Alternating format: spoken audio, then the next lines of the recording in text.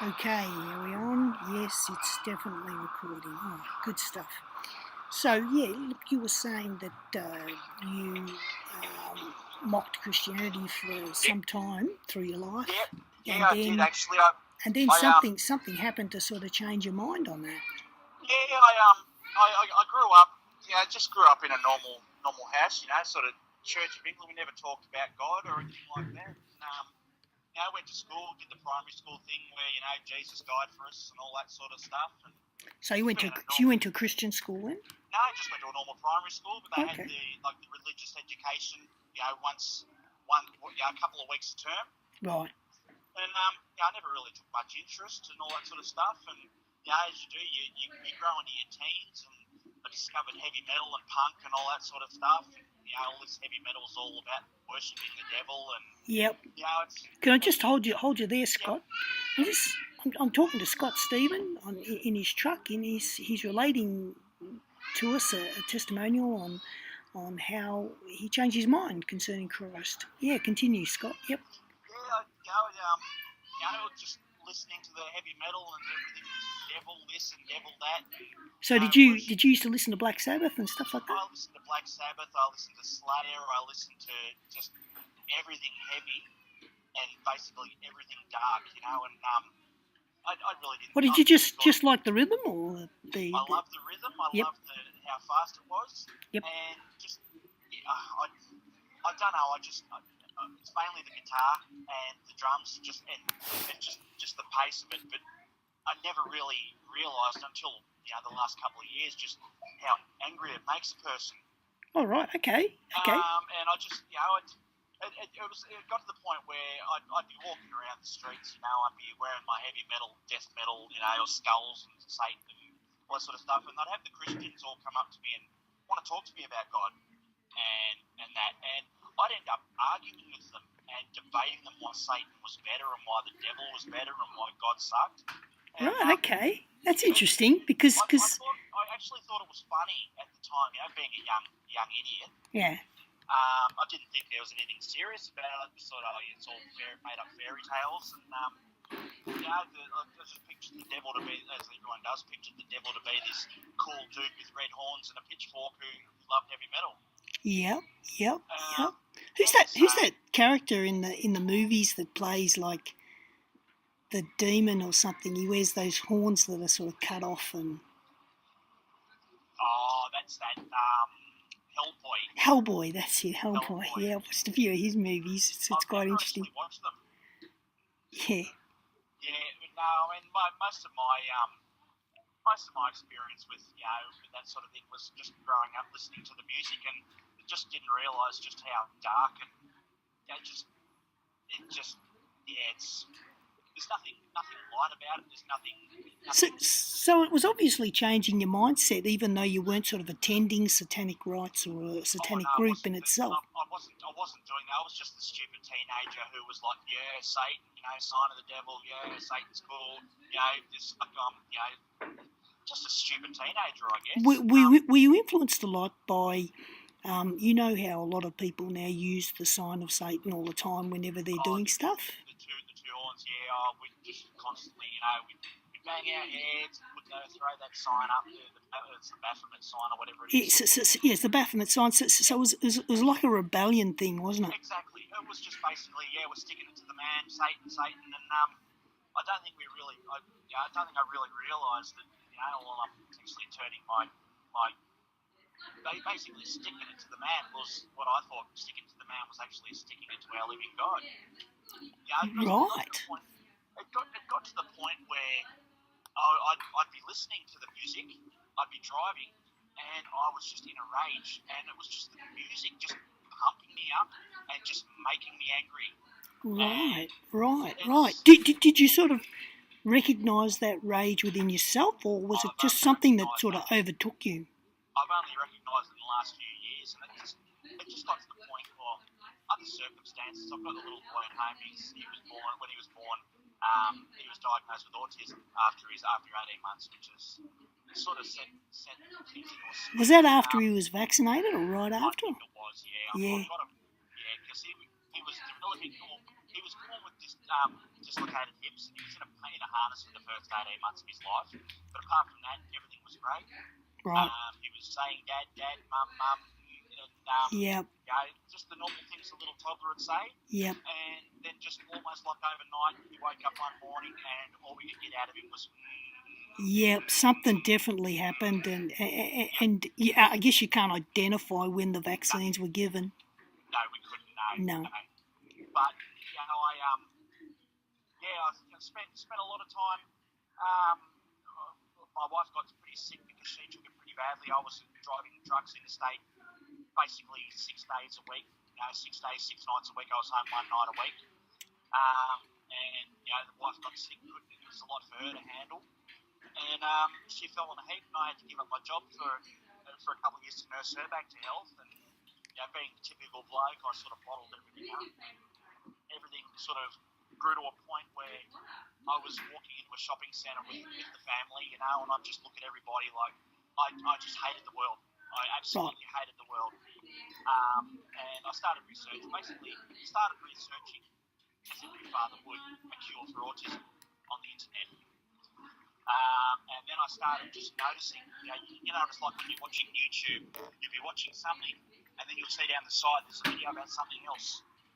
Yep. And I went on basically a 3-year voyage of just what's wrong with the world, how bad the world is, what's happening with the world. In fact, not just vaccines, but just the basic pure evil that is rising in the world. Right. Yep. And it just basically got to the point where I'd go out in traffic.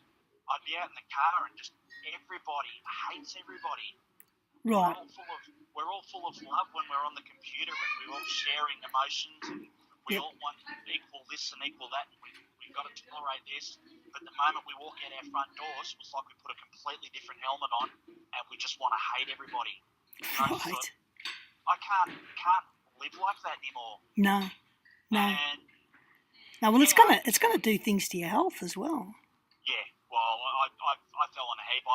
The anger was getting to be a problem, and I went to see my doctor. Because it actually changes your the chemical composition of your blood into acidic.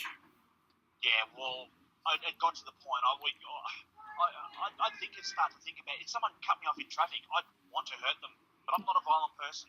Yep. I am probably the least violent person you could ever come across. Yep. I mean, I'm covered in the tattoos. I look like I'd rip your head off, and just for looking at me. But that's just not me. I've always been a happy, easygoing sort of guy. But it just got to the point where I said, you know what, I can't do this anymore. And at that point, I was running over to Adelaide, doing Melbourne to Adelaide, and when you get out in the country towns out there, you're flicking through the radio trying to listen. And I got sick of listening to the talkback because all the talkback radio was so-and-so, this is happening. And you have negative. It was all negative. Negative. Everybody wants everything everybody else wants is doing banned. Yeah. Here's what you should be upset about today, let's ban it. Yep. And and then I just started flicking through these channels, and I started getting a lot of the Christian channels. Right. And just, I started listening. I thought, well, you know what, I'll just at least have a listen. Yep. And I started listening, and there's a couple of the preachers, like they had the little segments on some of them with different preachers and that. And I started listening to a few of them, and I started thinking, you know what, this, it's not all the, you're going to go to hell like the Catholic Church preach. Yep. The Catholic Church, basically, you've got to do this or you're going to go to hell, purgatory, blah, blah, blah. Yep. Sin. Yep. And I started to learn, and I thought, you know what, I've been so close-minded all my life. I am, instead of just saying, I don't want to be a Christian, or I'm this, or I'm that, or I'm anti-Christian, I might just actually open my eyes and just read. So I picked up a Bible. Yep. And as everybody has ever picked up a Bible the first time, I went to Genesis, number 1. Yep. And I started reading it like a normal book. And I thought, I can't understand this. Yep. Cannot understand it. What am I doing? Totally relate to that. Yep. I'd hear about all these Christian radios, and I'd hear people saying, I was down, and I said, Lord, I need you. I picked up the Bible, and I opened up a book, and there was a message for me. And I thought, this isn't happening for me. I'd pick up the Bible and think, okay, God, you want me to know something today? And I'd open up the Bible and I'd just go abracadabra, and I'd open a page and I'd read it and I go, I can't understand this. And I sort of fell away a little bit and started to doubt as the devil gets in your ear and he tells you, you know, you don't need to believe any of that.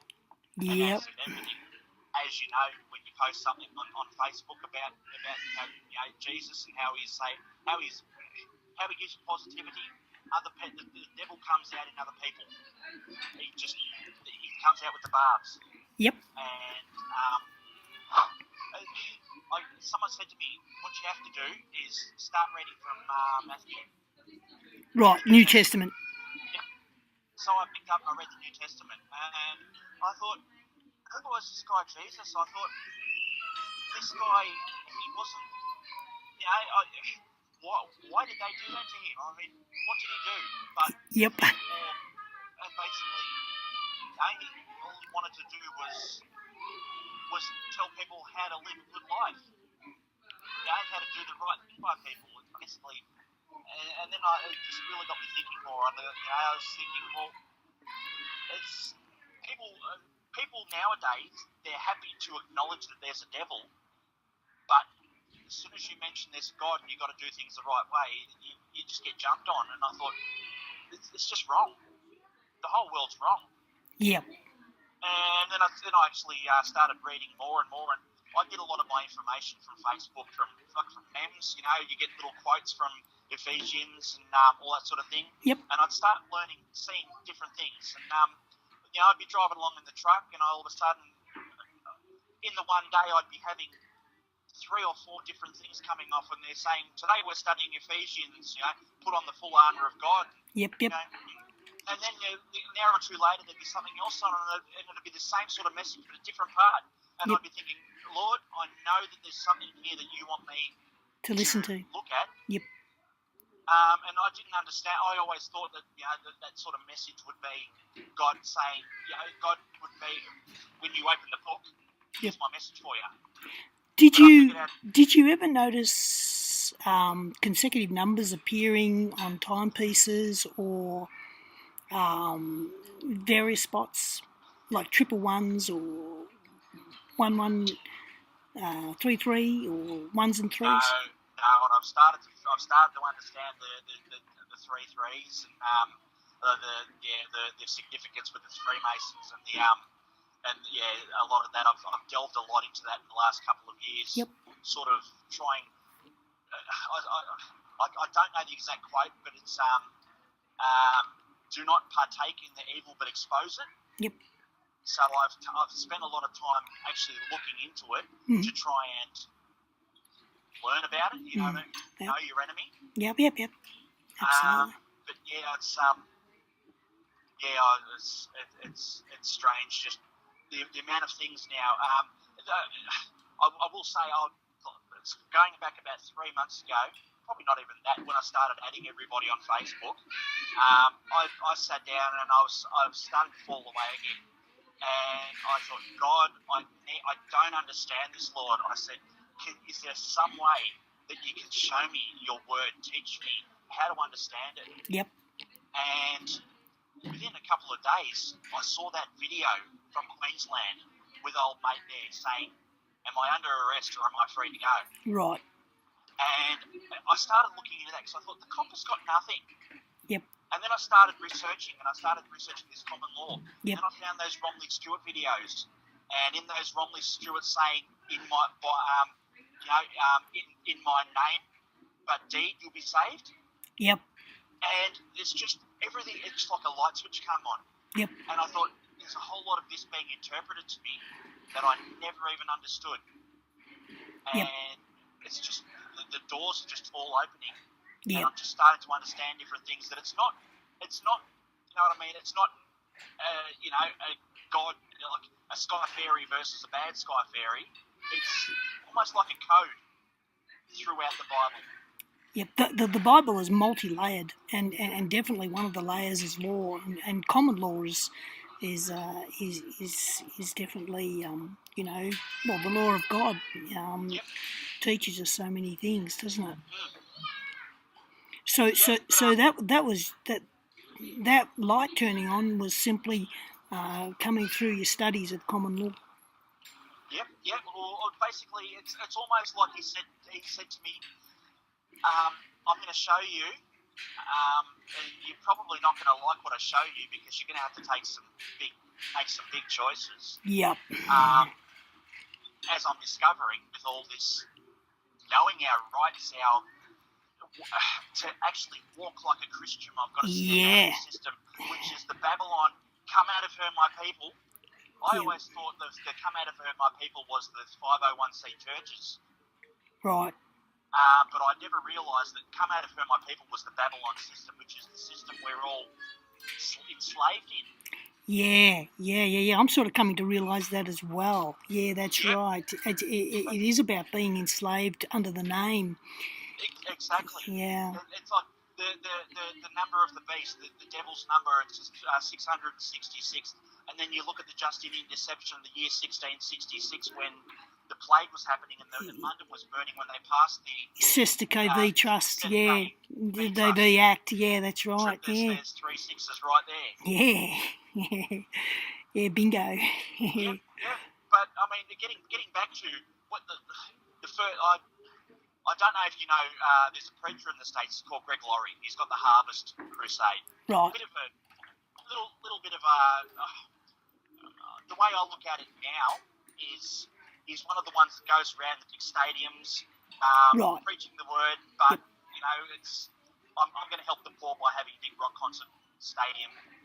But realistically, it's not helping the poor. It's basically it is bringing people to God. He brought me to God. Yep. But I was sort of driving along in the car one day, and I was listening to it and getting some good information out of it, and thinking differently.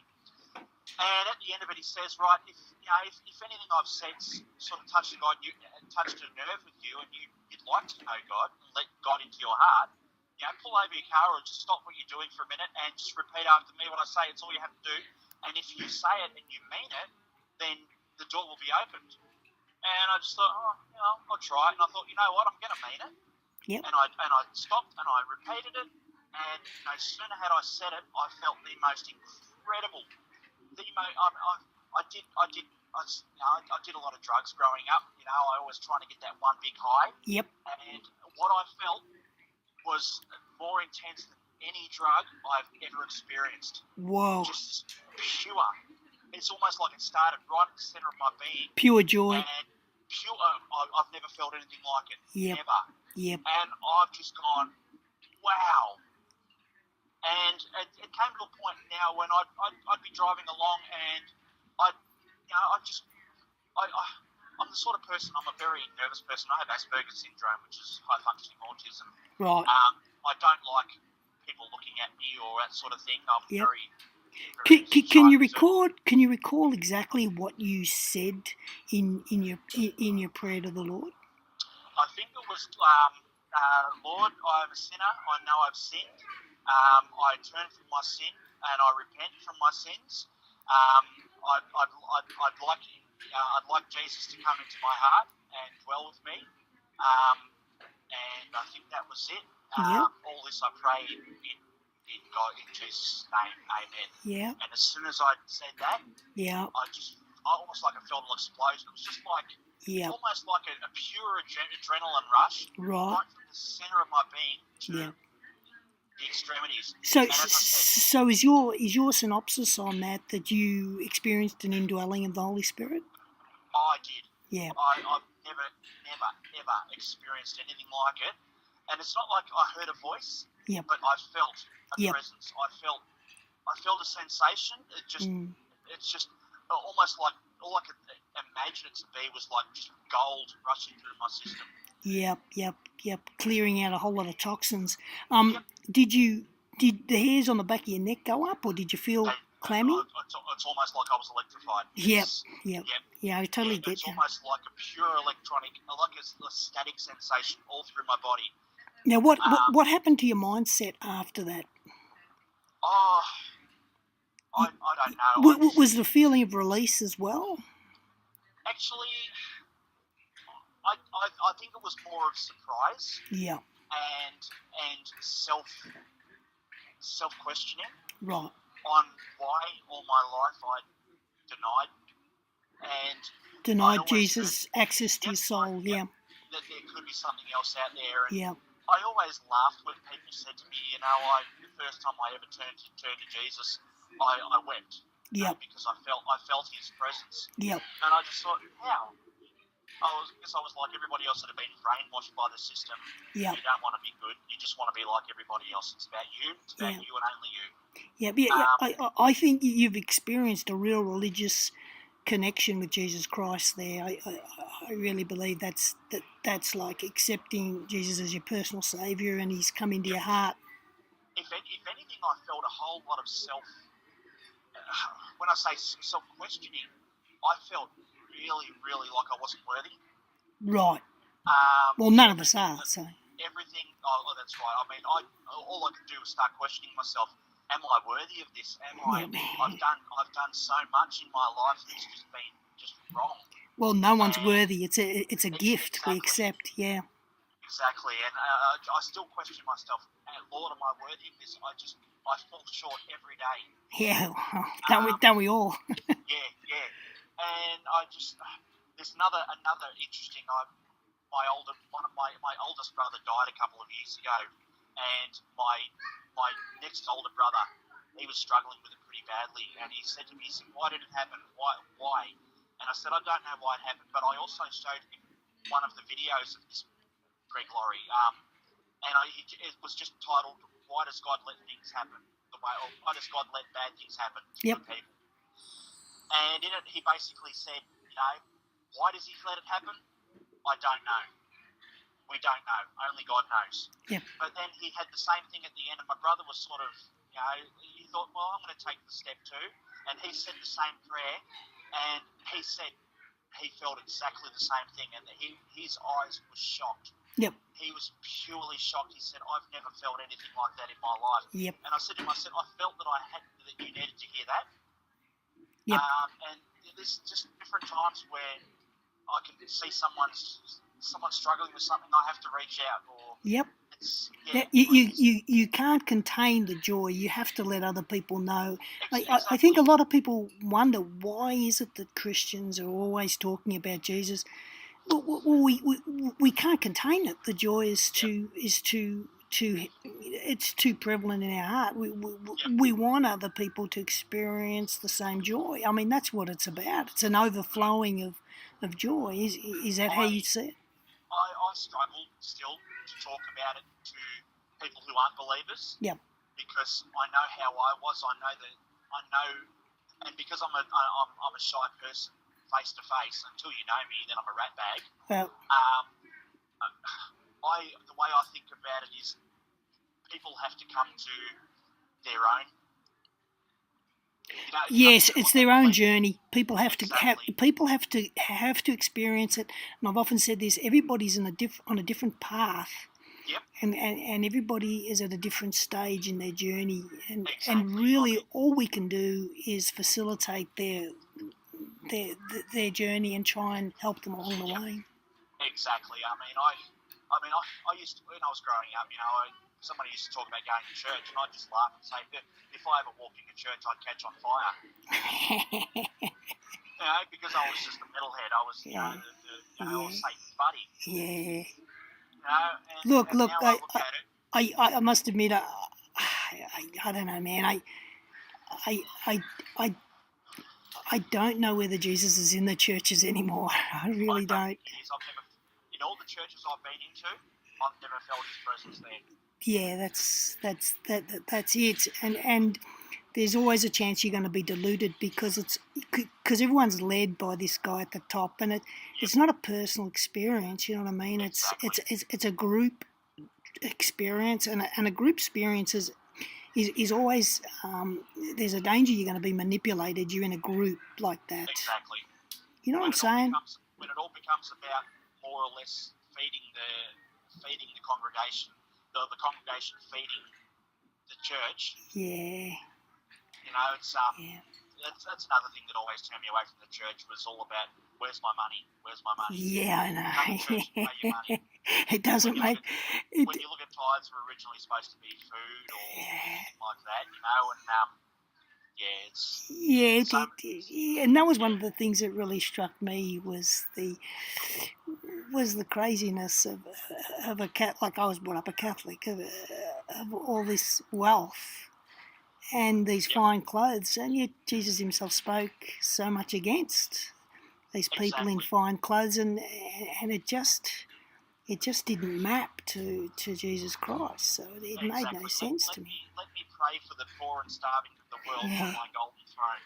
yeah, Yep. and I know a bit of history about the saints of the Catholic Church, and I know how often they were excommunicated by the church before they became saints because they suddenly drew a whole lot of people, and the church started making money. So Yep. yeah, Yep. Well, you've just got there's to look at the idol worship. that's You know, right. basically, and that's something I've also learned. About I used to have the gold cross around my neck, and then I thought, well, I'm worshiping an idol there. Yeah, So well, it depends on your perspective, or it depends on what you're actually doing with that yep, golden cross, right? If that golden cross is there simply to remind you of Jesus Christ in your heart, yep, then it's a good thing to have, mm, and you'll find that I always look to what did the old church do? What did the original Christians who were being persecuted by the Romans, what did they do? And what you'll find is throughout the catacombs, lots of art and crosses and pictures yep, that people used to remind them because they were under danger of death every day and they had to yeah, stand up for their beliefs under yep. danger of death. And so, Well, that's another thing that really sort of made me realise and made me think was the story of Saul of Tarsus. yeah, He was a man who was just out on a mission to kill Christians. yeah, Probably the last person that would ever convert to Christianity. yep. Yeah, I And love his story as well. yep. And then I thought, if someone like that could change his mind and become a beacon for Jesus, Yep. there's no way I can't. Yeah, no, So no, no. yeah, It was a divine intervention, and well, exactly. Yep, through the prayer of Christians at the time, yep, they prayed to Jesus, look, take this persecution away from us. yep, yep. And I mean, I have to admit, as a new Christian, I don't have a fellowship with any other Christians. I've got a friend that I grew up with, my brother grew up with. yeah, He's a devout Christian, but I went to his church with him, and it was strange. They were all just taking turns to, I felt yeah. almost like it was a Look, strange. mate, like I said in that Facebook entry, you go to church to have an experience of Christ. If you're not getting experience of Christ, so there should be mysticism, there should be something Yep, to uplift your soul to yep, God. And if it's not there, if it's just people talking and carrying on and trying to force this Holy Ghost to come into them and being possessed yep. by devils, it's Yeah, really not for you. it was basically all about, oh God, what you've done for me, and Oh and yeah. how I feel, and all this No, sort of stuff. And it all just turns taking me off. turns. Even you talking about it turns me off. Exactly. So I thought I'm not going to come back here. Nah. And then I look at my friend. I always envy him because every time I see him, he's got a big smile. He's joyous. He's happy. You know, Um, that's a good sign. it is a good sign, and I thought I want to be like this. But then I thought, and then I went to the church. And I thought I don't want to be that. Yeah. I want to have my relationship with God. I want to be happy.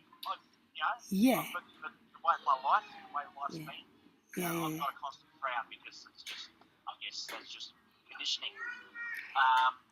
But it's I find I learn more by reading little inspirational quotes on Yep. on the internet. People post something, or Yep. like on you Now, posted. my AJ. next question, Scott. Have you experienced any resistance from of a return of negativity from the devil? I guess. Only from other people, Okay. relatives.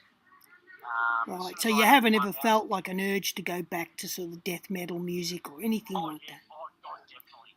Yeah. And I had, So I, so I, so it's not I like actually, it's not like a free ticket. This thing, you've got to continue to struggle in the no, faith. I fell away big time. And I started listening to a band called Cradle of Filth. Right. I don't know if you know of them, but they are basically... Well, the title says it all. I love the music, but the lyrics, these lyrics were just Yeah. massively occult, black magic. Yeah. And his voice, it's just like demonic the way he sings. Yeah. But I was just into the music. It's the music that's trapping me. Yep. And I found myself, and even my wife said to me, she said, "You're getting angry again. Yep. Your whole demeanour has changed. You've become angry again." Yeah, music is spiritual. I mean, we're all frequency, we're all vibration, and negative vibrations are going to affect not only we're full of water, and negative vibrations affect water negatively. You'd be amazed. Yeah, exactly. But I found myself back listening to this metal, buying their tunes on iTunes, Yeah. and posting their video clips, Yeah. which were, and this was the best thing since sliced cheese again. And then all of a sudden, I just thought. I took somebody else, my wife, to point out to me, "You're getting angry. Yeah. It's negative." Well, you've got a good wife there. No, she is. Yeah, she was raised a Catholic. Right. But she wants to be baptised as a Christian. Right. She doesn't like the Catholic faith. Well, she understands of course, the Catholic faith doesn't baptise you correctly. Exactly. Because you have to have full immersion for a proper baptism. Well, she's actually asked me, she said, how do we find out about being baptised? Because I don't want to be Catholic anymore. Yep. We don't know. Look, I do know. So I'll send you the relevant information. She can read up on it. Yeah. But as I said, I found myself slipping. I was listening to and it wasn't just the heavy metal like the Metallica and that and the Slayer. This was just.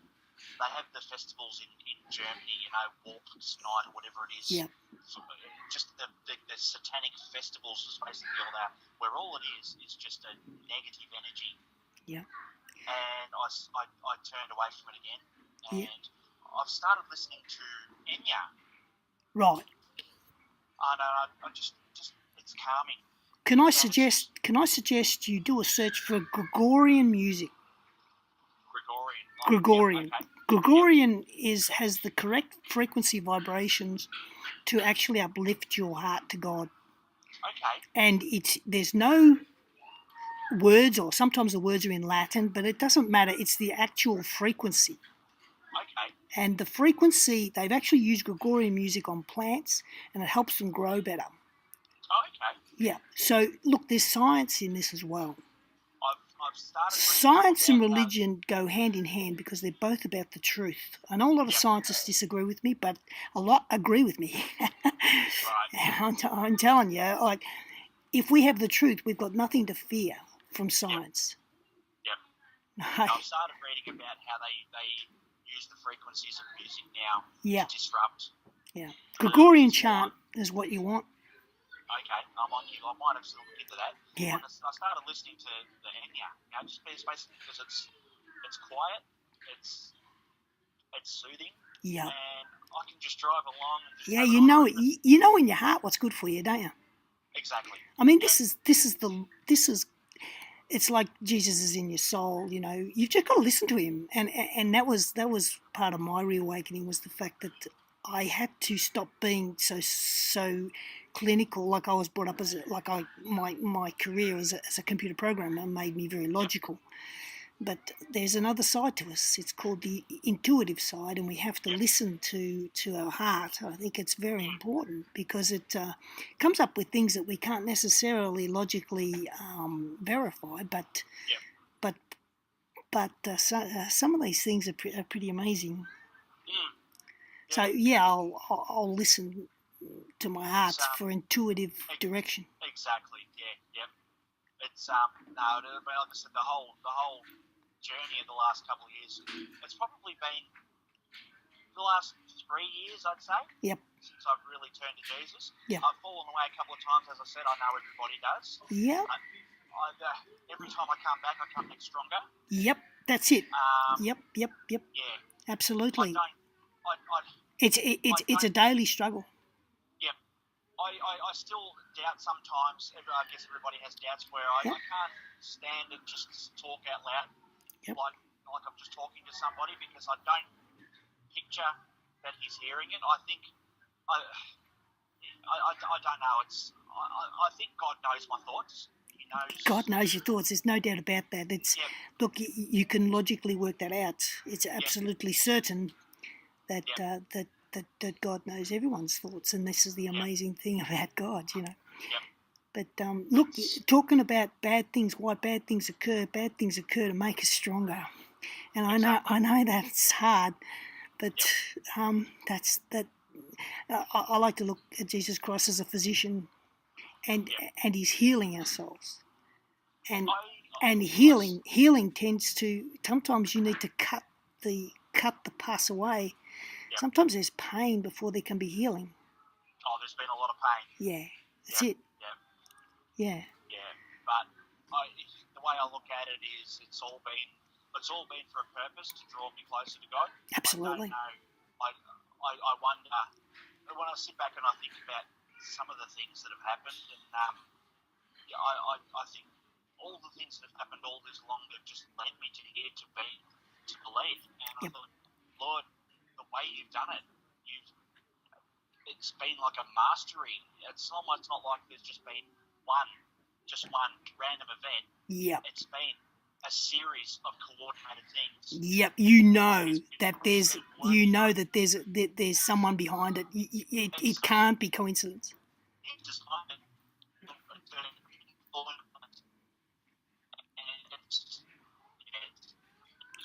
Listen, you're breaking up, Scott, and we've done about 41 minutes, so we might close it up there.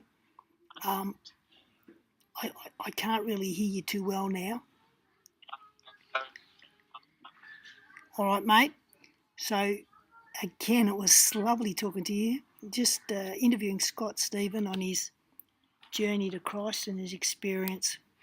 So I think I'll close it off there, mate. All right. Lovely talking. I'll send you a copy as soon as I've edited it. All right, mate. Catch ya.